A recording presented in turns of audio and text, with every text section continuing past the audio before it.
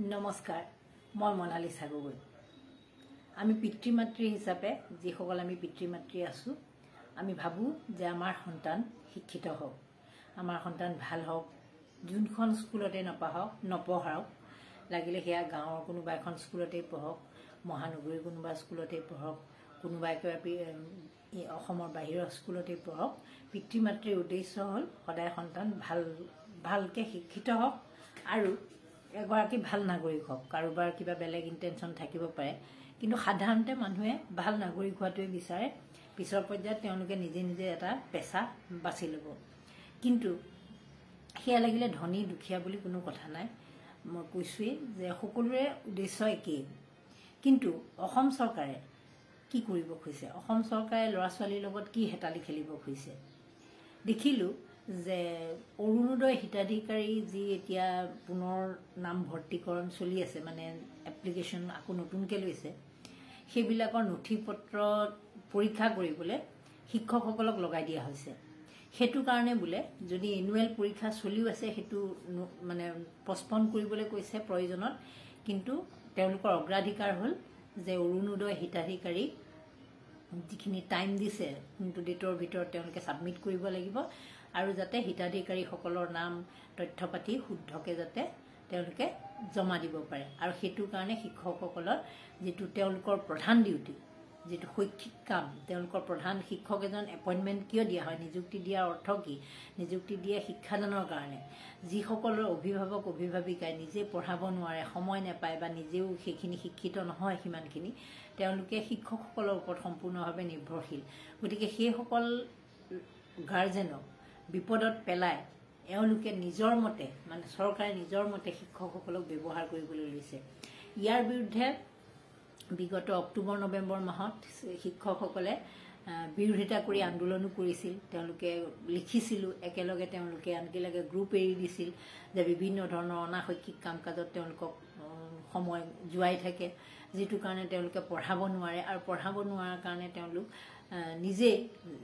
সকলো শিক্ষকটো ফটোৱা নহয় কিছুমান দুই এজন আছে কামত পাল মৰা মই নকওঁ যে শিক্ষক মানে সকলো একেবাৰে সৎ যুধিষ্ঠিৰ বা একেবাৰে নিজৰ দায়িত্ব সম্পন্ন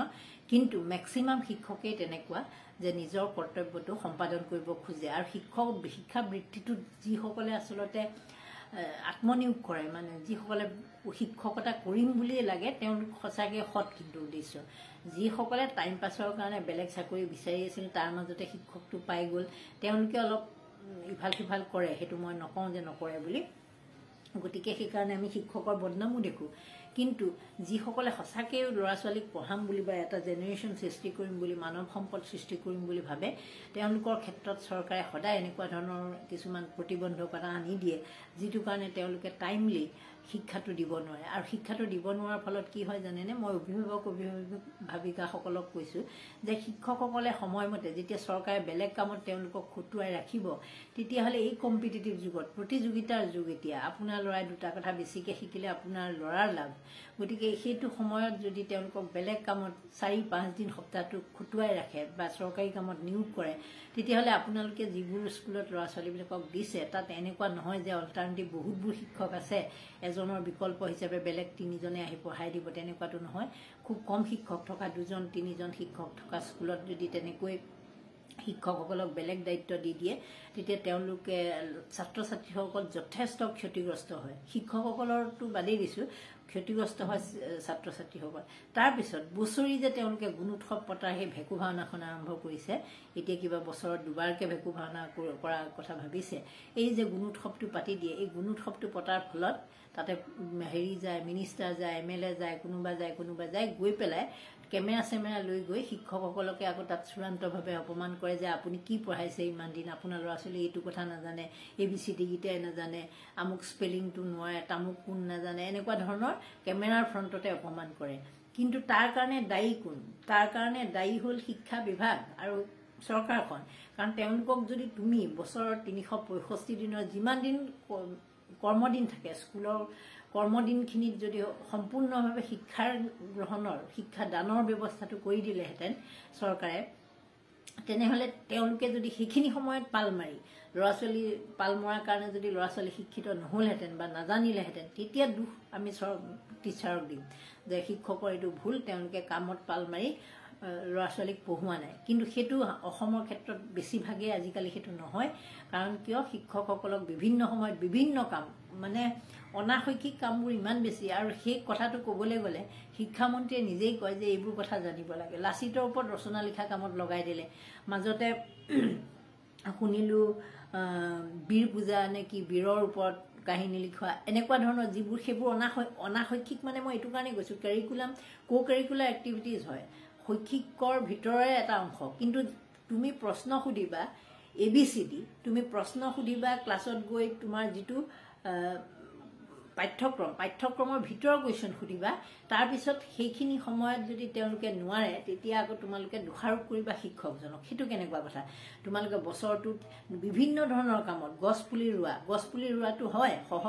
এক্টিভিটিজ হয়, মানে কাৰিকুলাৰ এক্টিভিটিজ হয়, মানে শিক্ষাৰ লগত সেইটো কৰিব লাগে। কিন্তু তুমিতো গৈ পেলাই গছ পুলিজোপা কেনেকৈ ৰুইছিলা বুলি কুৱেশ্যনটো নকৰা। যেতিয়া কেমেৰা লৈ যোৱা তেতিয়া বাহাদুৰিটো দেখায় তোমালোকে প্ৰশ্নটো কৰা শিক্ষাৰ ওপৰত, ট্ৰান্সলেশ্যন সোধা। সেই ট্ৰান্সলেশ্যনটো সেই গছ পুলি ৰুওঁতে কিন্তু তেওঁলোকে নিশিকে। যেতিয়া অনাশৈক্ষিক কামবোৰ দিয়া হয়, বীৰ পূজাৰ যেতিয়া হেৰি কৰা হয়, যেতিয়া তোমাৰ খেল ধেমালি কি যে এইখন কি পাতে আজিকালি, মানে কি পাহৰি গ'লো, শব্দটোৱে পাহৰি গ'লো, অসম চৰকাৰে যে পতা কৰিছে খেলৰ বা এনেকুৱা বিভিন্ন ধৰণৰ, সেইবিলাকৰ কথাটো তোমালোকে সেইটো সময়ত নুসুধা যে তোমালোকে সেই যে কৰিছিলা ক্ৰীড়াংগন কি আছিলে, শব্দটোৱে পাহৰি গৈছোঁ, বা যিয়ে নহওক আপোনালোকে বুজি পাব সেই প্ৰগ্ৰেমটো। তেনেকুৱা ধৰণৰ সেইবিলাকত কি কৰিলা সেইটোতো নুসুধা, তোমালোকে সোধা স্কুলৰ কথাটো। স্কুলৰ কথা সোধাৰ লগে লগে যদি সেইকেইটা ল'ৰা ছোৱালীয়ে সেইখিনি সময়ত পঢ়াই নাছিল বা সেইখিনি সময় পোৱাই নাছিল বা শিক্ষকেও কিমান ছাপোৰ্ট পাইছিলে সেইখিনি সময়ত, তেনেকুৱা ধৰণৰ বহুত সমস্যা আছে যিবোৰ কাৰণে আচলতে আজিকালি ল'ৰা ছোৱালীবিলাকে নোৱাৰে। আৰু নোৱাৰাৰ তাতো এটা কথা আছে, সকলো ল'ৰা ছোৱালী সমান নহয়। কিছুমান খুব তীক্ষ্ণ মেধা সম্পন্ন থাকে আৰু কিছুমান খুব গাধা থাকে। গাধাবিলাকক আপুনি দিনটোত অন্ততঃ 10 বাৰ ওপৰকলৈও বুজি নাপায়, বা বছৰটো গোটেই 365 দিনৰ 240 দিন যদি ক্লাছ হয় 240 দিন কৈ থাকিলেও বুজি নোপোৱা ল'ৰা ছোৱালীও আছে। তাত 240 দিনৰ যদি 100 দিন ক্লাছ কৰি 140 দিন যদি অনাশৈক্ষিক কামত লগোৱা হয়, সেই ল'ৰা ছোৱালীবিলাকে কেনেকৈ বুজি পাব? আৰু তেওঁলোকৰ মগজুৰ শক্তিখিনি সিমান নহয়। তাতে কম বয়সৰ ল'ৰা ছোৱালীৰ ক্ষেত্ৰত অকণমান বুজোৱাৰ হেৰিটো বেলেগ হয়, মিচিয়ৰ্ড মানুহৰ কথা বেলেগ। গতিকে এই কথাবোৰত চৰকাৰ গুৰুত্বহীন। চৰকাৰে এতিয়া কেৱল ভোট লাগে, গতিকে হিতাধিকাৰীৰ নামত কেনেকৈ কি কৰিব পাৰি সেইটো বিবেচনা কৰি আছে। ঠিক সেইদৰে চাহ বাগানৰ যিসকল ছোৱালীক ঝুমুৰ নৃত্য কৰিবলৈ আনিলে, তেওঁলোকে পৰীক্ষা দিব নোৱাৰিলে বুলি কওঁতে মুখ্যমন্ত্ৰীৰ খং উঠিছে,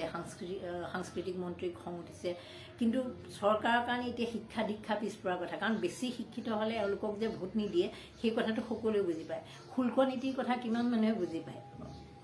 মানে শিক্ষিত মানুহে কিমান, অশিক্ষিত মানুহে কিহৰ কাৰণে ট্ৰাম্পৰ শুল্ক নীতি সলালে আমাৰ ইয়াত প্ৰভাৱ পৰিব, বা ডলাৰৰ বিপৰীতে টকাৰ মূল্য হ্ৰাস হোৱাটোৱে আমাক কেনেদৰে আমাৰ সমাজত প্ৰভাৱ পেলাব, সেই কথাবোৰ কিমান মানুহে বুজি পায়, সেইটোৱে আচল কথা।